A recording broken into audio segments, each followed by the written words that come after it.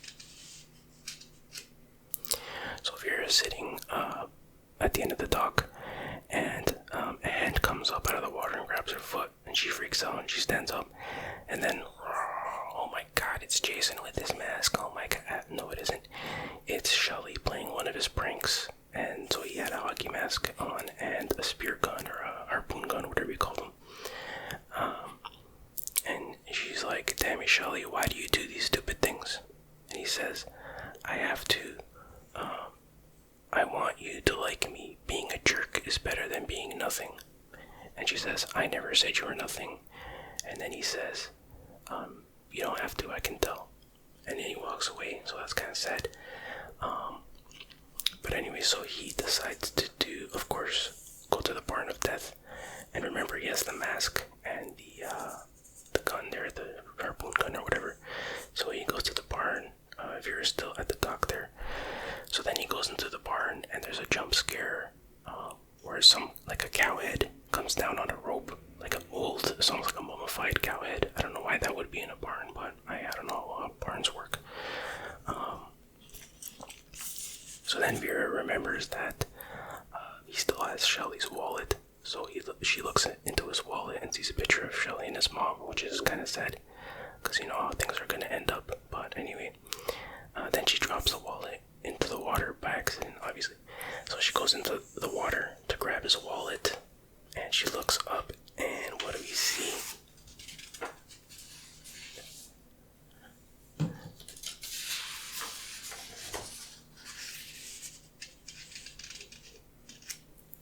Jason, for the first time, wearing his classic hockey mask, and he has the harpoon gun, so we can deduce that Shelly is no longer with us, but we'll see, you never know. So yeah, she sees Jason walking down, and for a second she thinks that it's Shelly, as if they have the same physique at all. And she's like, oh hey, sorry, I dropped your wallet. And then she's like, who are you?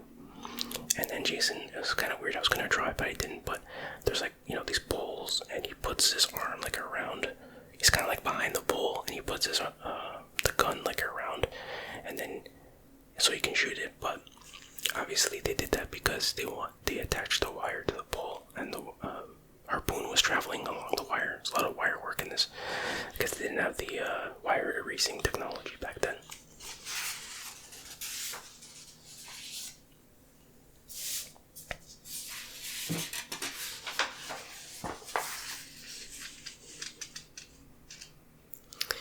So then, yeah, he fires the harpoon, spear, or whatever, and boom, gets her right in the eye. It's one hell of a shot. So that was actually a pretty cool death.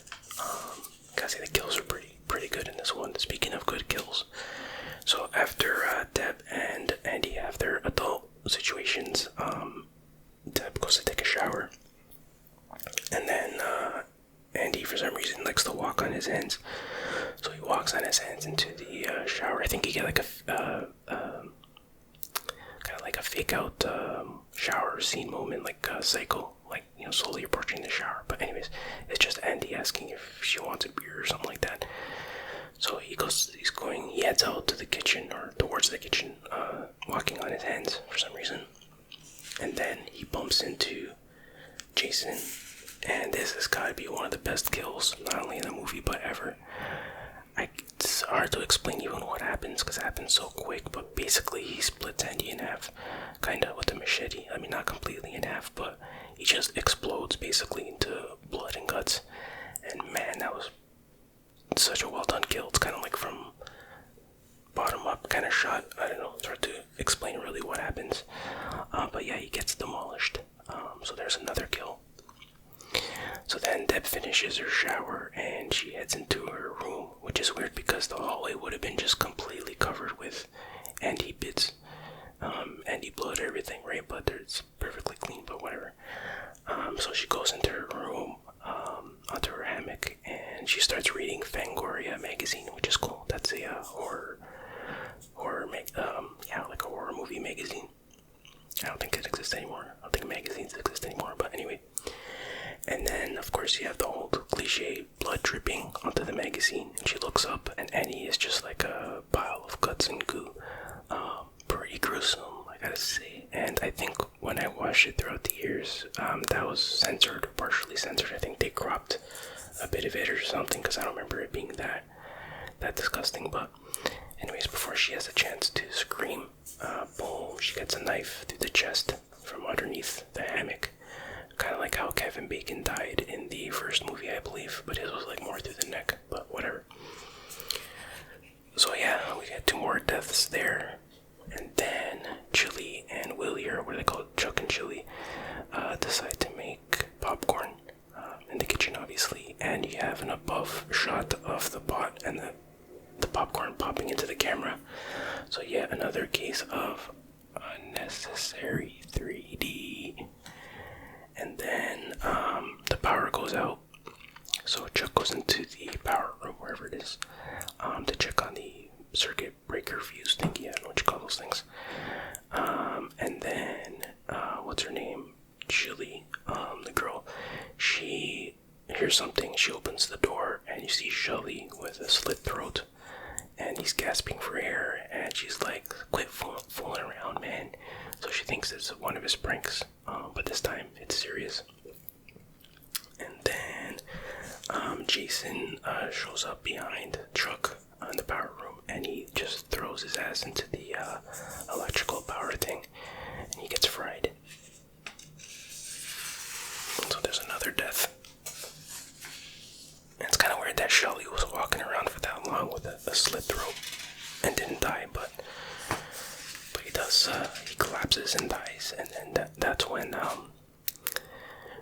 Chili realizes that he's really dead. So she starts freaking out. She starts running around the house looking for somebody, and then she finds Jason, who grabs the fire poker thing. He puts it in, and well, it was in the fire already, so it's really hot, and he just puts it like right through her chest, or torso, or stomach, or whatever. So that's a pretty gruesome kill. They're all pretty gruesome, but yeah, that was cool. So then Rick and Chris return to the cabin, and they're looking around, and they don't see anybody, and the power's out, and they're like, "What? This is weird. Something's going on here." So Rick goes out to, I think, check the power room or whatever. And then Chris comes outside, and she's like, "Rick," but he's like behind the corner of the wall, and Jason's got him, and he's like struggling, trying to get out, but he can't scream because Jason's got his mouth covered. So that was actually pretty cool. I like that whole idea. That shot was like creepy and cool. Very well done. And then, she doesn't see him, so she goes back in the house. And then Jason like squeezes his head and lifts him up off the ground. Actually squeezes his head so hard that his eyeball just pops out and comes right up to the camera, of course. So that was a cool 3D effect, a cool kill, and kind of demonstrating for the first time maybe that Jason has like superhuman strength, because that would take a lot of strength, I think, to crush somebody's skull like that and make their eye pop out. But in the meantime, Chris goes upstairs, and because there's water dripping, so she goes into the washroom, and there's the bathtub, and it's overflowing, and she pulls off the curtain, and she sees the water is kind of bloody. So she freaks out, and she's like, "What?" She runs downstairs looking for Rick, she runs outside, and she's running to the barn of death for some reason. And she doesn't make it there because Loco's body just dangles down from a tree that was out there, and you can see his wounds and everything. So she freaks out. She's like, "Oh my god!" So she runs back to the cabin, and she locks the door and all that stuff. And she's like, "Rick, where are you?" And then Jason just like throws him through the window. Again, another feat of superhuman strength. And so his carcass lands on the floor, and she's like, "Oh my god, Rick." And she realizes that he's dead, and then she sees Jason in the window. She freaks out, and she runs upstairs, and she pushes this bookshelf over, and all the books fall off and bonk Jason on the head. Bonk, bonk, bonk, bonk, bonk. And then she runs upstairs. Oh, she was upstairs already. She goes into the closet and locks herself in there, and then she sees Deb's dead body in there, and she screams, and she's like, "Oops," because now Jason, knows where she is. So he runs upstairs, and there's a point of view shot, because she looks through the peephole, or not the keyhole or something like that, and she sees Jason running towards the closet. It's a really cool shot. It's like such a short shot. It doesn't look anything like this, but I thought I just mentioned that cool shot. starts using his axe to smash through the door there. And then a pretty gross part is that Chris sees a knife in Deb's back, and she pulls it out. And something just makes me shiver when I see that. But anyway, Jason, wait, hold on. Let's get to the next page here. Getting ahead of myself.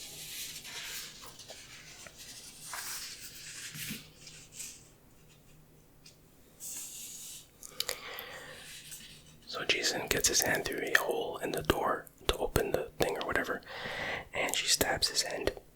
And then he backs off a little bit, and then she gets out of the closet. She's taking swipes at Jason, and he's backing up like he's kind of scared or whatever. So that's something different. Like in later Jason movies, you can never get him to back up or get him scared or whatever. I guess he was still more human at this point. But anyways, and even the thing with like the books falling on his head or whatever, I don't think they would do something like that in the new ones, but newer ones. Anyway, she ends up stabbing him in the leg, like right above the knee, which looked very painful. And then he pulls it out, which again makes me shiver for some reason. And then he throws it at her, and you can see the knife traveling with a wire again. But anyways, he misses. She goes into her room and she jumps out the window. I drew her, diving head first. It wasn't like that at all, but I just thought I'd try it like that because it was funny. And what does she do? Does she run away? No. She grabs a log of wood, like a fire log wood thing, and she waits by the front door, beside the front door. And then as Jason comes out, boom, she smashes him on the head, and he falls forward through this wooden railing, I guess. So smashes through it, and I swear, if you listen closely, I swear you can hear the ECW chant. I'm not making it up. It's like ECW, ECW, ECW, ECW. I swear it's there. I know ECW didn't exist yet, but trust me, it's there. Anyway, so then she gets into the Scooby van, and she's like, I'm out of here. And then she sees Jason standing on the road, and then she's gonna run him over, and then he does like this 10.0 dive into, out of the way. Pretty impressive dive for Jason. But unfortunately, her van just happens to run out of gas, and she's on this little wooden bridge. And then anyway, Jason catches up, and then he puts his arms through the side window there, and then she rolls up the window, and then he uses his head to like smash through the window, which is pretty cool. And then what happens? Of course, then she heads into the barn of death, and Jason follows her in there. And then she goes onto the upper level, like hanging on this beam or whatever. And then we see Jason like looking around for her, trying to find her for quite a while. And I don't really like that kind of stuff. Like, I don't think you should show the monster or whatever from their point of view, like looking. I don't mean POV, like I mean just like looking around and whatever. Like, imagine if an alien, there's a long shot of the alien looking for Ripley. Like, I don't know, should be the other way around. But anyways, somehow she loses her grip from that beam and she falls down on Jason. And then eventually she runs up to the upper level with this ladder. And then when Jason comes up to follow her, she grabs a shovel and bonks him on the head and knocks him out. And while he's knocked out, she ties a rope around his neck and pushes him out the window thingy. And boom, he gets hung. So that's it. That's how he dies. The movie's over. Wait, oh no, it's not over. It ain't over. Nothing's over. Then we get this. So she goes down to the lower level and she opens the door, and that's where Jason's body is hanging. And then he starts to move, and then she's like, what? Oh, he's still alive. That can't be. As he's taking the rope off from around his neck, he accidentally pushes his mask up a little bit, so she sees his face, and then she realizes, oh, it's you, like, you're the guy who attacked me or whatever. That's the first time she realizes that Jason is that guy. And then, he puts the mask back on. But when I first saw this, or for many years, for some reason I thought that he pulled the mask off on purpose to show his face. But then I realized, oh, he's just taking the rope off, and it was kind of an accident, right? So I think that's kind of a cool way to expose his face, because I don't think Jason would remember who she is. Like, he wouldn't be like, remember me. But anyway, so So Jason gets off the rope and he's, approaching her and he's about to get her. And then this is like the weirdest and funniest thing. Allie comes out of nowhere. Yeah, Allie, who got hit like 3 or 4 times with a machete, he comes out of nowhere. I'm like, what? How is he still alive? The only injury he had was like a gash on the side of, like a tiny gash on the side of his head. I think a machete would do much more damage than that, especially in the hands of Jason, right? But anyways, you think he's gonna, he tries to do something heroic and you think he's gonna fight Jason a little bit, but he grabs Jason's shoulder. Jason turns around and just chops his hand off. He's like, ah. So he falls to the ground, and this time Jason, hits him a million times with a machete. He's not taking any chances this time. He's getting the job done. But while he's doing that, Chris grabs an axe, and then when Jason turns around or gets up or whatever, boom, she hits him right in the head, right in the top of the head there. Which is cool because in future Jason movies, you see that damage, like they carry that damage over in the mask and also in his head. So that's pretty cool. Continuity there.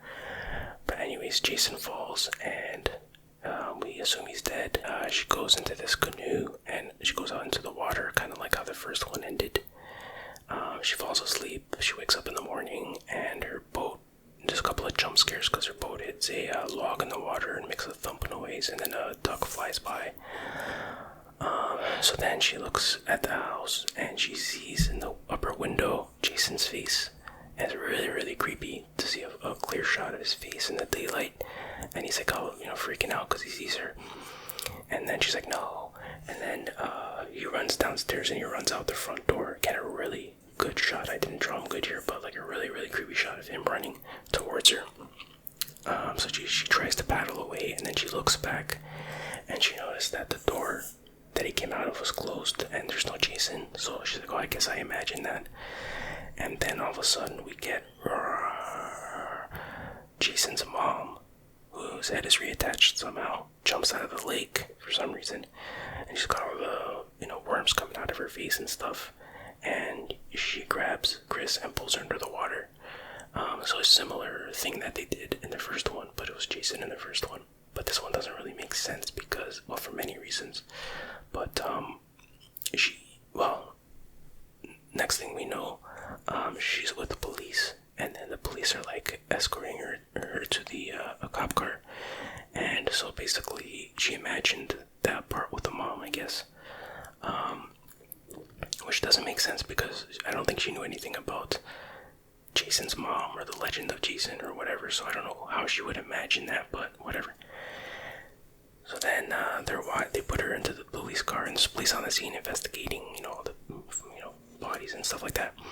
But they put her into the car and she starts like freaking out. First she screams, but then it turns into like a laugh. So she's like lost her mind because of all the traumatic events. And then they drive away, and then there's a slow pan from the cop driving away to the barn where Jason's body lies still with the axe in his head. And that is how the movie ends. But this final shot here, a few things about that is kind of interesting. That when I was a kid, or for a long time, not just when I was a kid, I thought, the cops left and they just left Jason's body there. They didn't find his body. That's how they make it seem, because the cop car drives away and then it's like a slow pan and then it's like all quiet and Jason's body's still there. But I guess there's still cops on the scene and they're still investigating, but that's not how it seems. The other interesting thing is he looks like the position that he's laying in is kind of like on Family Guy when Peter falls, or anybody falls really. They go into that position kind of, which is kind of funny.